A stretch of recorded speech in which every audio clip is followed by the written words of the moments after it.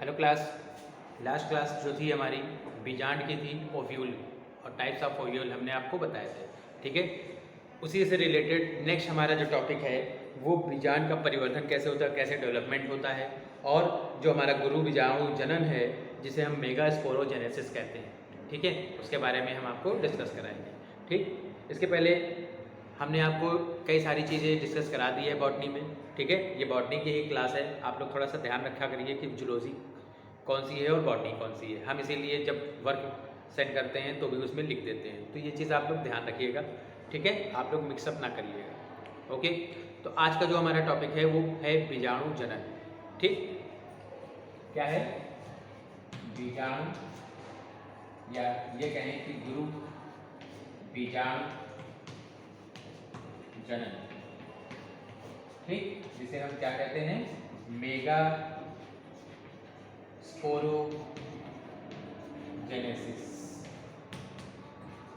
ठीक है, क्या बोलते हैं, मेगा स्पोरोजेनेसिस, जिसे हम गुरु बीजाणु जनन के नाम से जानते हैं।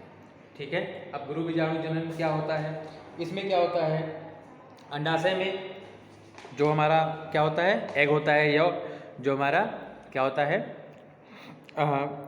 ठीक, अंडा क्या होता है, अंडाशय में जो प्लेसेंटा से बनने वाली रचनाएं होती हैं जिसे ओव्यूल हम कहते हैं। ठीक है, जो हमारा ओव्यूल है वो उसका निर्माण कैसे होता है, अंडाशय से ही होता है। ठीक, और उसके बाद बीजांडसन पर बने हुए उभार में कोशिकाओं में क्या होता है, बार बार जो डिवीज़न है या विभाजन है ये प्रक्रिया चलती रहती है, और उसके फलस्वरूप ही जो न्यूक्लियस है जिसे हम बीजांड काय कहते हैं उसका निर्माण होता है। ठीक है, उसके बाद क्या होता है, बीजांड काय या न्यूक्लियस के चैलेजा में जो इंटीग्मेंट होता है जिसे हम अध्यावरण कहते हैं वो विकसित होते हैं, जो कि वृद्धि करके बीजांड काय के शीर्ष छोर पर छोड़कर समस्त बीजांड काय को घेर लेते हैं, और उसके बाद माइक्रोपाइल का निर्माण होता है।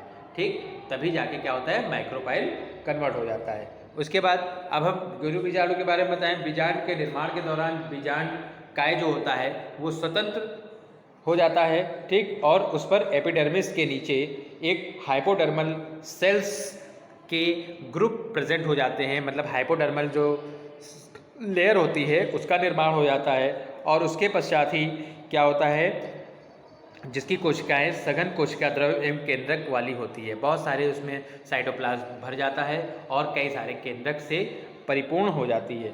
ठीक, और इन कोशिकाओं को हम क्या कहते हैं, आर्की स्पोरियल सेल्स कहते हैं। क्या बोलते हैं इन कोशिकाओं को, आर्की स्पोरियल सेल्स कहते हैं। ठीक, और उसके बाद क्या है, जो आर्की स्पोरियल सेल्स है इसमें एक कोशिका अन्य कोशिकाओं की अपेक्षा बड़ी तथा स्पष्ट होती है, और क्या होती है, एकदम साफ और क्लियर होती है।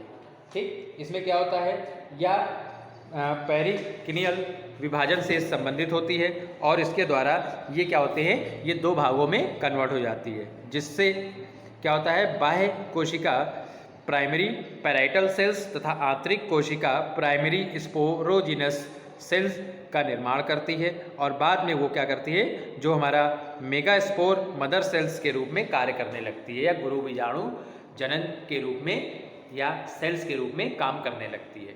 ठीक है, ये हमारा था किस तरीके से क्या होता है, परिवर्धन होता है बीजांड का। ठीक, अब गुरु बीजाणु जनन क्या होता है, गुरु बीजाणु मात्र कोशिका की वृद्धि करके अर्धसूत्री विभाजन द्वारा विभाजित हो जाती है। ठीक है, जो मदर सेल्स बन रही है, मेगा स्पोर मदर सेल्स बन रही है, उसमें क्या होता है, जो मियोसिस डिवीजन होता है या अर्धसूत्री विभाजन होता है, उस विभाजन के पश्चात ही ये कोशिकाएं क्या हो जाती है, विभाजित हो जाती है। ठीक है, और विभाजित होने के पश्चात क्या होता है, इसके फलस्वरूप 4 हैप्लॉइड सेल्स का निर्माण होता है, और ये सेल्स क्या होते हैं, यही जो सेल्स होते हैं यही हमारे गुरु बीजाणु या मेगास्पोर्स कहलाते हैं। ठीक है, हमने आपको फर्स्ट ईयर में भी बताया था, अर्धसूत्री विभाजन में एक सेल क्या करती है, 4 का निर्माण करती है अर्धसूत्री विभाजन में या मियोसिस डिवीजन में। ठीक, तो इसमें भी यही चीज़ है कि एक जब मदर सेल्स का डिवीज़न होता है, मियोसिस डिवीजन होता है, तो 4 हैप्लॉइड या अगुणित सेल्स का निर्माण करती है, जिसे हम क्या कहते हैं, मेगास्पोर्स कहते हैं, और यह प्रक्रिया जो होती है वो गुरु बीजाणु जनन कहलाती है। ठीक, इसमें क्या होता है, जो हमारा ओव्यूल होता है एक गुरु बीजाणुधानी या मेगास्पोरेंजियम के रूप में काम करता है और इस प्रकार निर्मित 4 गुरु बीजाणुओं में से नीचे स्थित गुरु बीजाणु क्या होते हैं, क्रियाशील हो जाते हैं। ठीक है, क्या है, हमने बताया कि सारे अगर इस तरीके से अगर डेवलपमेंट होता रहा तो बहुत सारे स्पोर्स हो जाएंगे। तो इसमें क्या है, 4 में से केवल एक जो होते हैं मेगा स्पोर्स वो केवल एक्टिव होते हैं, जो कि आगे चलकर एक नए ऑर्गेनिज्म को जन्म देने का काम करते हैं, और शेष जो होते हैं इनएक्टिव होते हैं, मतलब निष्क्रिय होते हैं, वो कोई भी काम नहीं करते हैं। ठीक, ये क्या है, वृद्धि करके मादा गैमेटोफाइट या क्या है, मेल गैमेटोफाइट को फॉर्म करता है। और जितनी भी हमने बताया, जितनी भी 3 जो हैप्लॉइड सेल्स थी, मदर सेल से रिलेटेड जितने भी 4 जैसे थे, 4 में से 3 क्या होती है, निष्क्रिय हो जाती है, नष्ट हो जाती है, और एक केवल आगे चलकर वृद्धि करता है और प्रक्रिया, ये इस प्रक्रिया को संपन्न करने का काम करता है। ठीक है, तो ये हमारा क्या होता है, गुरु बीजाणु जनन या मेगा स्पोरोजेनेसिस कहलाता है। ठीक, अगर हम डायग्राम देखें इसका तो कुछ इस तरीके का इसका डायग्राम होता है।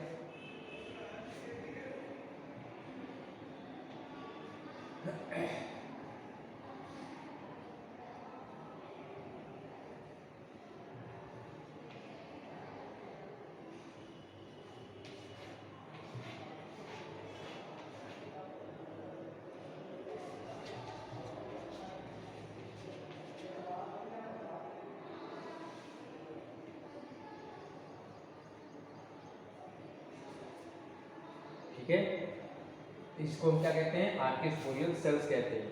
ठीक है, ये जो स्ट्रक्चर हमारी होती है, ठीक है, ये हमारी क्या कहलाती है, आर्किस्पोरियल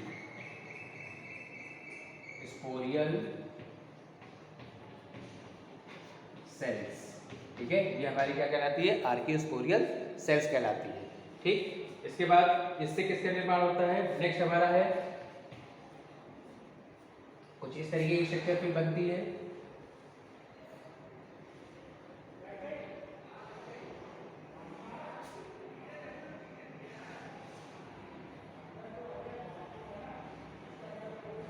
ठीक, इस तरीके के स्ट्रक्चर इसमें कुछ दिखाई देती है।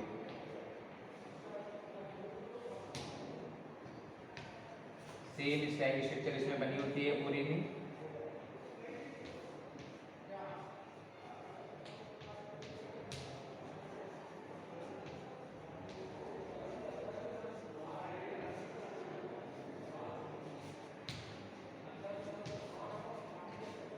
ठीक, ये पूरी इस तरह की स्ट्रक्चर इसमें कुछ पाई जाती है। ठीक, जो कि इसमें अब देखिए क्या है, जो पैराइटल सेल्स है, ठीक, ये पैराइटल सेल्स का निर्माण हो जाता है। ठीक है, यहाँ पास जो स्ट्रक्चर है कुछ इस तरीके की बनी होती है, इस तरीके की स्ट्रक्चर इसमें पाई जाती है। ठीक, यहाँ पास, ठीक, इस तरीके की स्ट्रक्चर हमारी सेकेंड स्टेज में होती है। इसमें क्या होता है, जो स्ट्रक्चर ये है, ये जो स्ट्रक्चर होती है ये पैराइटल सेल्स कहलाती है।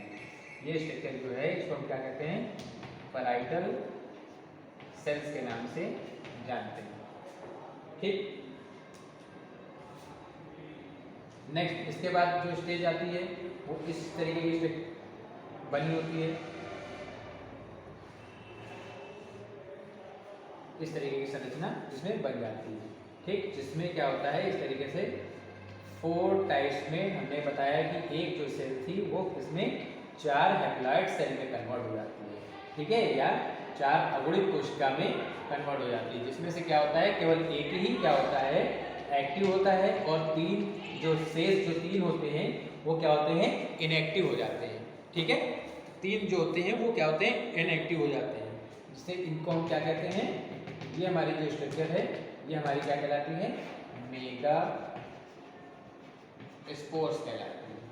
ठीक है, या जिसे हम क्या कहते हैं, गुरु बीजाणु कहते हैं। जैसे कि हमने बताया कि धीरे धीरे ये क्या होती है, जो हमारा मियोसिस डिवीजन होता है वो मियोसिस डिवीजन का संपन्न होता है, और मियोसिस डिवीजन के फलस्वरूप जो एक सेल है वो 4, जो एक मदर सेल होती है वो 4 हैप्लॉइड मदर सेल्स में कन्वर्ट हो जाती है, या अगुणित कोशिकाओं में कन्वर्ट हो जाती है। तो इस तरीके से क्या है, यहाँ पास हैप्लॉइड जो मेगा स्पोर है, गुरु बीजाणु है, उनका निर्माण धीरे धीरे हो जाता है। ठीक, और अंत में एक ऐसी स्थिति आती है, एक और स्ट्रक्चर है। ठीक है, इस तरीके की कुछ कुछ इस तरीके की स्ट्रक्चर इसमें बनी होती है। ठीक, तो इसमें क्या है,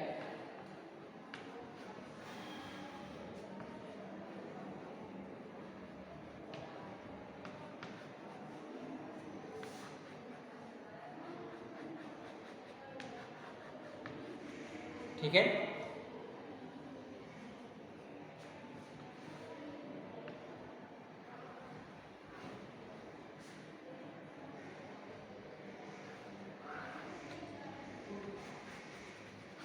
ठीक है, इस तरीके से स्ट्रक्चर बन जाती है, जो कि आगे वृद्धि करके क्या करती है, एक न्यू ऑर्गेनिज्म को फॉर्म करने का काम करती है। ठीक है, इस तरीके से क्या है, गुरु बीजाणु जनन किस तरीके से कन्वर्ट होता है, कन्फर्म होता है, ये स्ट्रक्चर पूरी ये बताती है। ठीक है, इसी तरीके से ये स्ट्रक्चर आगे बनी होती है। और एक गुरु बीजाणु जो होता है बाद में क्या करता है, वृद्धि करता रहता है। बहुत सारी स्टेजेस होती हैं और स्टेजेस को कंफर्म करने के बाद ही ये क्या करता है, एक नए जो ऑर्गेनिज्म है उसको फॉर्म करने का काम करता है। ठीक, ये हमारा हमने बताया, जैसे ये मेगास्पोर, तो ये भी क्या है, मेगास्पोर ही है। ठीक, ये क्या है हमारा मेगास्पोर्स। ठीक, ये क्या है, मेगास्पोर है। उसके बाद ये जो एरिया हमारा पार्ट बनता है, ये हमारा जो होता है ये इंटेगमेंट कहलाता है, इंटेगमेंट। ठीक, ये हमारा ए नंबर, इसको बी, इसको हम सी और इसको डी नाम दे सकते हैं। ठीक, तो गुरु बीजाणु जनन किस तरीके से संपन्न होता है, ये पूरी प्रोसेस किस तरीके से ये डायग्राम के थ्रू संपन्न हो जाता है। ओके, हमने आपको इसमें बहुत सारी चीज़ें बताई।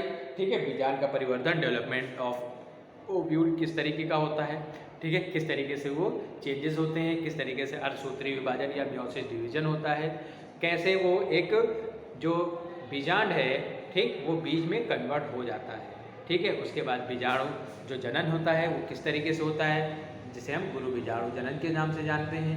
ठीक, तो ये सारी चीज़ें पूरी स्ट्रक्चर है जो कि क्या करता है, अर्धसूत्री या मियोसिस डिवीजन के बाद जो मात्र कोशिका होती है वो 4 अगुणित कोशिका में कन्वर्ट हो जाती है। ठीक, और उसके बाद क्या करती है, एक नए ऑर्गेनिज्म को फॉर्म करने का काम करती है। ठीक, तो आज की क्लास में इतना ही रहेगा। ओके, आपको कोई प्रॉब्लम हो तो डिस्कस करिए। ठीक, पहले के जैसे हम आपको कुछ क्वेश्चंस आपसे पुटअप कर रहे हैं। ठीक, पहला क्वेश्चन हमारा है, क्या बनता है हमारा पहला क्वेश्चन कि what is circino, what is amphitropous ovule. Amphitropous बीजांड क्या है, समझाइए। दूसरा क्वेश्चन हमारा जो है उसको हम कहते हैं बीजांड का परिवर्धन किस तरीके से होता है, समझाइए। ठीक है, how does development of ovule form. ठीक, नेक्स्ट क्वेश्चन जो है गुरु बीजाणु जनन किसे कहते हैं, mega sporogenesis, what is mega sporogenesis. Next question की बात करते हैं तो व्हाट इज फर्टिलाइजेशन, निषेचन क्या है। नेक्स्ट क्वेश्चन की बात करते हैं तो नेक्स्ट हमारा जो फोर्थ क्वेश्चन है वो बनता है हमारा कि माइक्रोपाइल, माइक्रोपाइल किसे कहते हैं, स्पष्ट कीजिए। ठीक, और लास्ट क्वेश्चन हमारा जो है वो लास्ट क्वेश्चन बनता है कि जो जब अर्धसूत्री विभाजन होता है, meiosis, when meiosis division occur, how many megaspore formed. ठीक, कितने मेगास्पोर बनते हैं एक अर्धसूत्री विभाजन में। ठीक, ये सारे 5 क्वेश्चन हैं, आप लोग अच्छे से इसको समझिएगा। ठीक है, उसके बाद इसका आंसर दीजिएगा। आप लोग से हम फिर यही कह रहे हैं कि बॉटनी और जूलॉजी 2 पार्ट है, तो आप लोग जूलॉजी जो कि फर्स्ट पेपर है और बॉटनी सेकंड पेपर है, तो आप लोग मिक्स ना करिएगा। जब जूलॉजी का कराया जाए तब जूलॉजी में करिए और जब बॉटनी कराया जाए तब बॉटनी करिए। ओके, अब आपको कोई भी प्रॉब्लम होती है तो हमसे डिस्कस करिएगा, कोई भी समस्या हो तो बताइए। ठीक, हमने जितनी भी चीज़ आपको इस चैप्टर में करा दी है, शुरुआत से लेकर स्ट्रक्चर ऑफ फ्लावर से लेकर उसके पार्ट्स कितने थे, उसमें हमने और भी कई सारी चीज़ें स्पष्ट करी है। पॉलिनेशन के बारे में अभी इसमें आएगा। ठीक है, पॉलिनेशन हमने पहले भी डिस्कस कराया है। ठीक, उसके बाद हमने एंथर के बारे में बताया है, माइक्रोस्पोरोजेनेसिस क्या होता है, पॉलन ग्रेन्स के बारे में बताया है। तो ये सारी चीज़ें आप लोग सही से स्पष्ट तरीके से करिएगा, ठीक है। फिर भी अगर कोई समस्या आती है तो हमसे डिस्कस करिए। Okay, have a good day.